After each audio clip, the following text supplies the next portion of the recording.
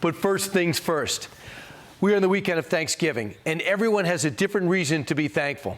We're in a month now out from the new administration taking over, and less than 2 months from Inauguration Day. Hope is on the horizon for many. And on the heels of the historic election, the acceptance of President Trump is signaling, in my view, a shift in America. There's an optimism that I feel, and possibly it's going to ripple throughout the world. What changes do we expect to see in this country with Donald Trump about to take the helm again? Let's ask author of a brand new book, We Who Wrestle with God, a great friend of the show, Perceptions of the Divine, and Canadian psychologist Dr. Jordan Peterson. Dr. Peterson, welcome back to the show. Love the blazer. We'll get to it in a moment. But first things first, what's significant about this change in leadership for America? Well, I think the primary element of significance is probably the team that has aggregated itself around Trump. And we know in some ways what a Trump presidency would be like because we already had one, but we don't know what a Trump presidency with Kennedy and Vivek Ramaswamy and Musk and J.D. Vance and Tulsi Gabbard is going to be like. And that's only a few of the people that have volunteered for service. And they really have volunteered because these are all people who have many other things that they could be doing that are in their own right very important. And it'll be really something to see what they manage to attain. Yeah, I think Mark Thiessen told me today, he says, we haven't seen this combination since Washington team with Benjamin Franklin, that you have the world's greatest inventor and maybe the smartest man in the world, certainly the richest, Elon Musk, and President Trump. What I think is also helpful, and you've been at the forefront of this, Dr. Peterson, I think we're putting the cancel culture in the rearview mirror. I feel like we're getting this political correctness. I feel like the political correctness is going to be in our past. I think America is sick of it. And you notice I didn't say Republicans or Democrats? Yeah. Yeah, well, I hope you're right. I think there's one fly in the ointment, I would say, and that's the universities. The universities are overwhelmingly dominated by progressives among the faculty, but even more to the point among the administration, and that radically outnumbers the faculty. And it's not obvious to me at all how that's going to be turned around.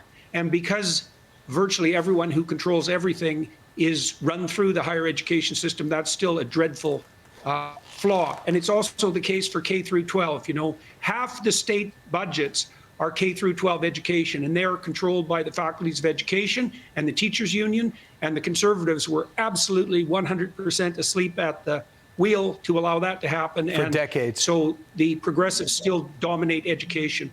So I want to move on and talk about your home country. We have Justin Trudeau, who came out and starting to realize, if you don't mind I do this, that there's a little problem with illegal immigration in his country, and it's overwhelming everything. Here's what he said to the Canadian people. Immigration. Let's talk about it. In the last 2 years, our population has grown really fast, like baby boom fast. And increasingly, bad actors like fake colleges and big chain corporations have been exploiting our immigration system for their own interests. So we're doing something major. We're reducing the numbers of immigrants that will come to Canada for the next 3 years. Why has he found this fortuitous for him to talk about immigration? Why is he changing his tone? Well, he's changing his tone because the policies that he put in place, which demolished the Canadian immigration system, threw the borders wide open, upending decades of effective immigration policy in Canada, have caused a catastrophic crisis in the country. And now you could see that he was blaming that on educational institutions and bad corporate actors. And that's exactly typical of him and his 14-year-old mentality. Everything that's gone wrong on the immigration front in Canada is 100% attributable to Justin Trudeau and his pack of demented minions. So now it's gone so badly in Canada that he has no choice but to reverse course. And then to see him flailing around to find someone to blame is exactly as pathetic as you'd expect from someone like him. It is similar that they both flew open the borders. They denied it was a problem, and now they can't deny it, and they're trying to save their political fortunes. Let's talk about your book now. Yeah, good luck. I know. I hear you. We Who Wrestle with God. Why tackle this topic this way, and why use the term wrestle? Well, because the word Israel, by the way, means we who wrestle with God. And Israel signifies the chosen people of the biblical library. everybody wrestles with God because we all wrestle with the necessity to make moral choices and value judgments. And we can't act or attend or value anything without making moral judgments. And that's always a wrestling match, to do good or to do evil, or to choose between different goods that you could do. It's very difficult, very challenging. And we see the world through a story. That's a discovery that's been made in a multitude of disciplines in the last 6 decades. And the question that confronts Western culture at the moment, that is at the bottom of our culture war, is what story does and should prevail? And the postmodernist insistence is that it's the story of power, and the biblical insistence is that it's the story of voluntary sacrifice. And the biblical story is, it's correct. It's correct biologically, and it's correct conceptually and philosophically. And so I'm outlining that in this book. Using some of the most famous names and figures in the Bible and seeing how they relate to us. Here's an excerpt that I think I'd like to expand on, if you would. You said the most realistic and believable of heroes are by no means perfect people, while the most compelling villains are clearly those in whom some good still dwells.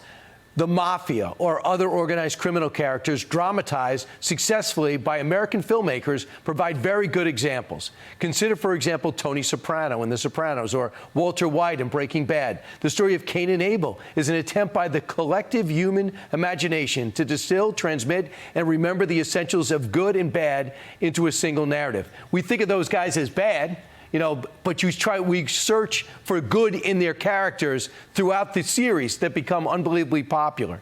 You see similarities with the Bible. Well, all of the biblical characters, especially in the Old Testament, are very flawed people.